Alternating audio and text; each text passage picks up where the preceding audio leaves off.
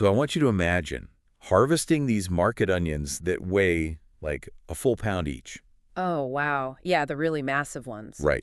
They're just massive, heavy in your hand, Right. and their outer skins are wrapped so tight they basically feel like baseballs. Yeah, that perfect cure. Exactly.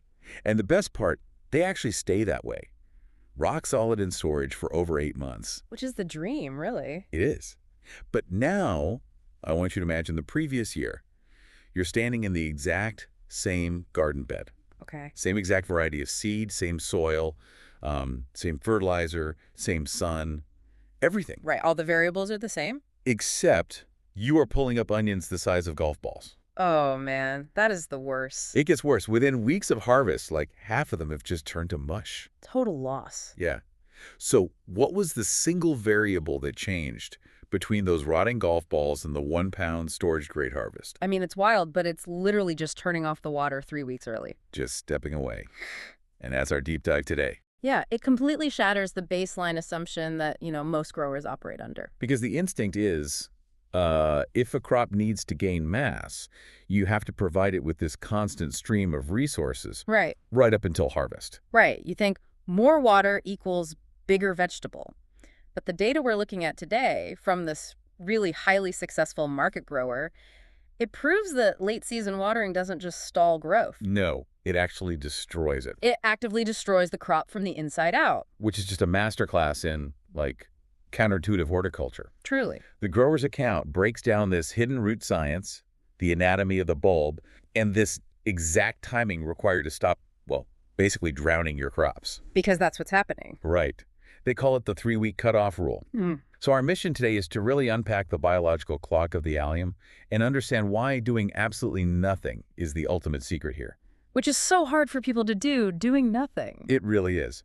But before we get to the magic of doing nothing, we have to look at the biggest mistake well-intentioned growers make. Yeah, the great onion misconception. Right. Which is treating onions exactly like tomatoes or peppers. Yes, the nightshade treatment. They give them this steady, daily soak all summer long. Because that's what you do with a tomato, right? Exactly. Okay, let's unpack this. Yeah. Because I like to think of it like helicopter parenting. Oh, that's a good way to put it. You think you're being a really good caregiver by providing this constant hovering stream of resources, but you're actually just suffocating the organism's natural development. You're completely smothering it. But I have to push back here.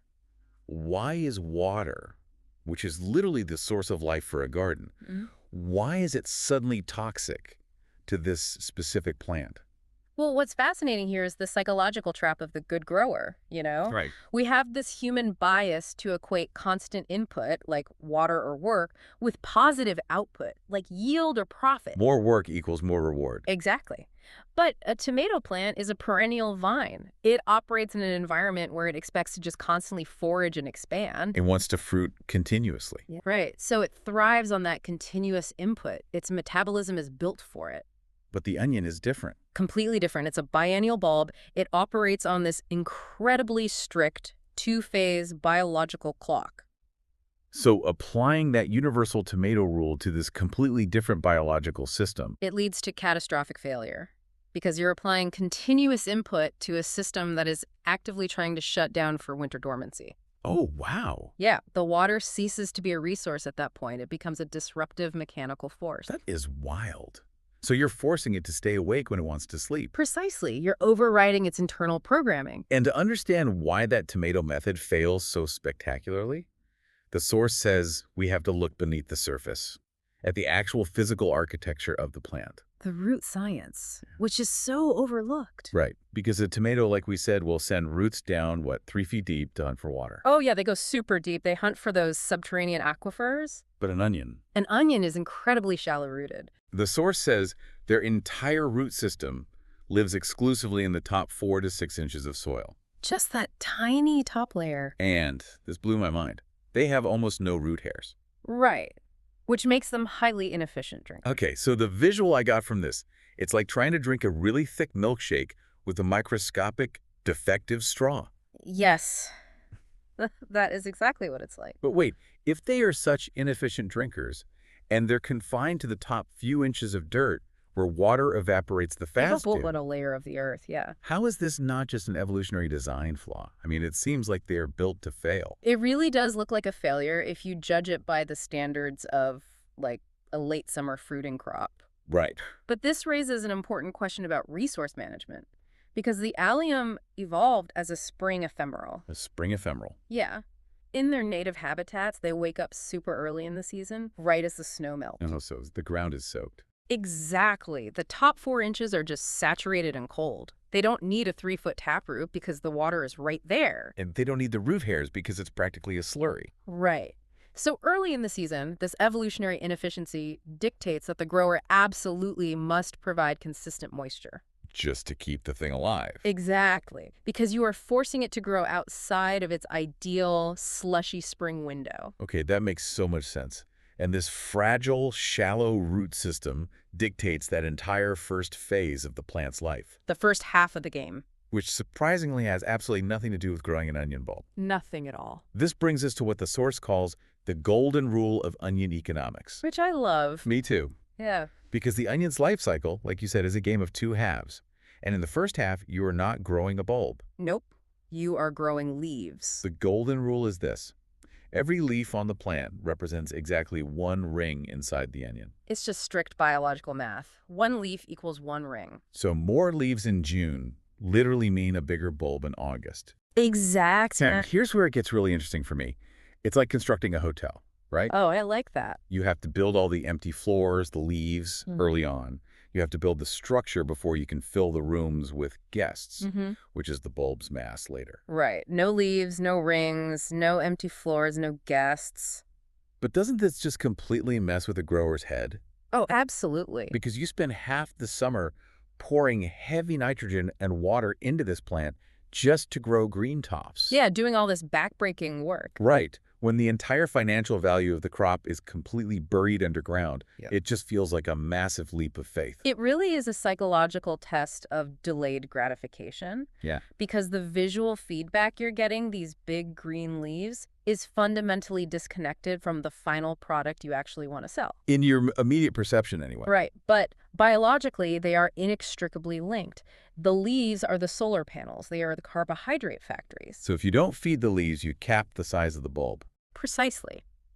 You artificially limit the architecture of the plant. If you withhold water in June because you think you're just feeding tops, you are physically limiting the total number of rings that can ever exist. You can't just magically add rings later in August. You cannot. Once the biological clock shifts, that architecture is locked in. Okay, so let's say the hotel is fully built. We hit midsummer. The days start getting shorter. The solstice passes. Right, the biological clock strikes. And the rules of the game completely invert. This is the tipping point. Yeah, in the second half of the season, if a grower continues watering and feeding nitrogen, the source says disaster strikes. Total disaster. Because the onion neck, the part where the leaves meet the bulb, stays thick, fleshy, and wide open. It stays fully turgid, packed with water. And this is where the monster enters. Fungal spores enter through this open top, they crawl down into the rings, and they destroy the bulb from the inside out. Neck rot. Botrytis alley. Neck rot, yeah.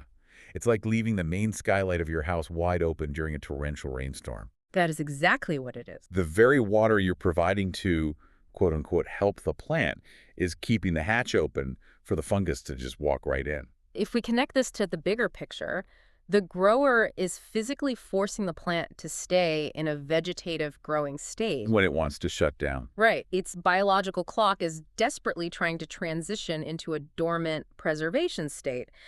But the steady hand of the caring grower becomes the literal weapon that destroys the crop. Because the water pressure keeps the neck cells inflated. Exactly. Basic hydraulics. It can't close if it's pumped full of water. But wait, I have to ask.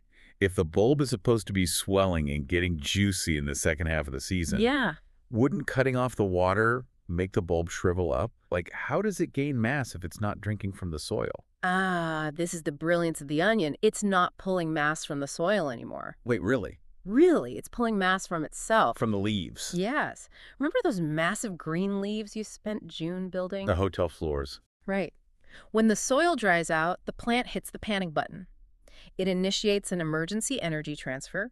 It enzymatically breaks down all the carbohydrates and water in those leaves and ships it straight down into the bulb. Oh, wow. So it's basically cannibalizing its own factory. Exactly. It drains the reservoirs in the foliage to swell the bulb. Okay, so to prevent this internal rot and secure that massive harvest, the grower has to learn to read the plant's subtle physical signals, right? Yes, you have to watch for the collapse. Which brings us to the ultimate solution, the 3-week total cutoff rule. The hardest thing for a grower to actually execute. Because you have to do nothing. Right. So in mid to late summer, the cells at the base of the leaves naturally start to lose integrity. They collapse. The visual is very clear. The green tops literally bend over and lay flat on the dirt. Which is the plant telling you it is done feeding. It's severing the upward flow of resources. So what does this mean for the grower? It's like a factory pulling the plug on its own assembly line. But the rule in the source material says the moment you see 20 to 30% of the tops flop over, just 20 to 30%, you have to initiate the total cutoff. Disconnect the drip lines. Turn off the hose. But wait, if you cut the water for the entire bed when only 20 to 30% have fallen, isn't that prematurely starving the remaining 70 or 80% that are still standing? I get why that feels wrong. Yeah, it feels like you're jumping the gun. But you have to view the crop as a synchronized population, not individuals. Okay. When that first 30% collapses, it's an indicator that the entire bed has reached physiological maturity. The rest are just days behind. But why not just wait for them? Because of the timeline of neck rot. If you wait, that first 30% will sit in damp soil with open necks for an extra week. Oh, and that's all the fungus needs. More than enough time. You'd sacrifice the early majority just to cater to a few late bloomers. So by cutting the water early, you're using drought stress to force the rest of the bed to synchronize. You are shoving them across the finish line. And the environment you create to do this is intense. The text says to let the soil bake like a brick. Yes. The dry dirt is crucial. Because while the bulb is swelling from the inside by draining the leaves, this baked soil is applying pressure to the outside. It's a physiological miracle, really. The brutally dry soil actively wicks moisture out of the outermost layers of the onion. So it's dehydrating the exterior while the interior is swelling. Yes. The outer cells die, they flatten out, and they form that tight, paper-thin shield. And the neck. Because there's no water, the neck loses its turgor pressure, it collapses, dries up, and twists shut. Like a Ziploc bag. Exactly like a Ziploc bag. It hermetically seals the juicy rings inside, locking out the bacteria. Which guarantees that 8 to 12-month shelf life. But if you keep watering, The Ziploc bag stays open. the neck stays wide open, the outer skins stay spongy, and you are literally drowning your profits. That is just incredible. So to summarize this overarching lesson, growing a premium harvest isn't about luck. It's not about expensive chemicals. Not at all. It is entirely about respecting the biological timeline. You water consistently early on to build the rings, and then you just have to have the discipline to walk away for the final 3 weeks. You have to lock in the size and that Ziploc seal. Stop drowning the crops, start curing it. Exactly. And, thinking about you listening to this right now, how often in our own lives do we do this? Oh, constantly. Right. In our projects, our businesses, our creative work, we over-tinker. We overmanage late in the game. We feel like we have to keep our hands on the controls. Because we equate constant management with success. But sometimes the most productive action you can take to ensure the longevity of your work is to simply step back. Cut off the inputs. Cut the inputs and let the process cure on its own. And, there's a final detail from the source that really stuck with me on that point. What's that? The phrasing the grower used, they mentioned the onions curing themselves directly in the ground as the soil bakes like a brick. Yeah, the baked brick imagery. We usually view dry, cracked dirt as a harsh, dead environment, right? Like a failure of irrigation. Definitely. It looks like death to a gardener. But what if we view that baked earth differently? The soil entirely changes its identity. From a wet feeding medium in June? To a highly specialized subterranean preservation vault in August. Wow. It goes from a nursery to a sterile protective kiln designed purely to draw out moisture and forge that protective armor. That is a wild way to look at it. It really begs the question, I, how many other natural environments or even systems in our own lives have this hidden second identity designed purely for preservation? if only we stopped interfering with them. Exactly. If only we had the discipline to let them dry out. Something to mull over the next time you feel the urge to grab the hose. Or, micromanage that project one last time.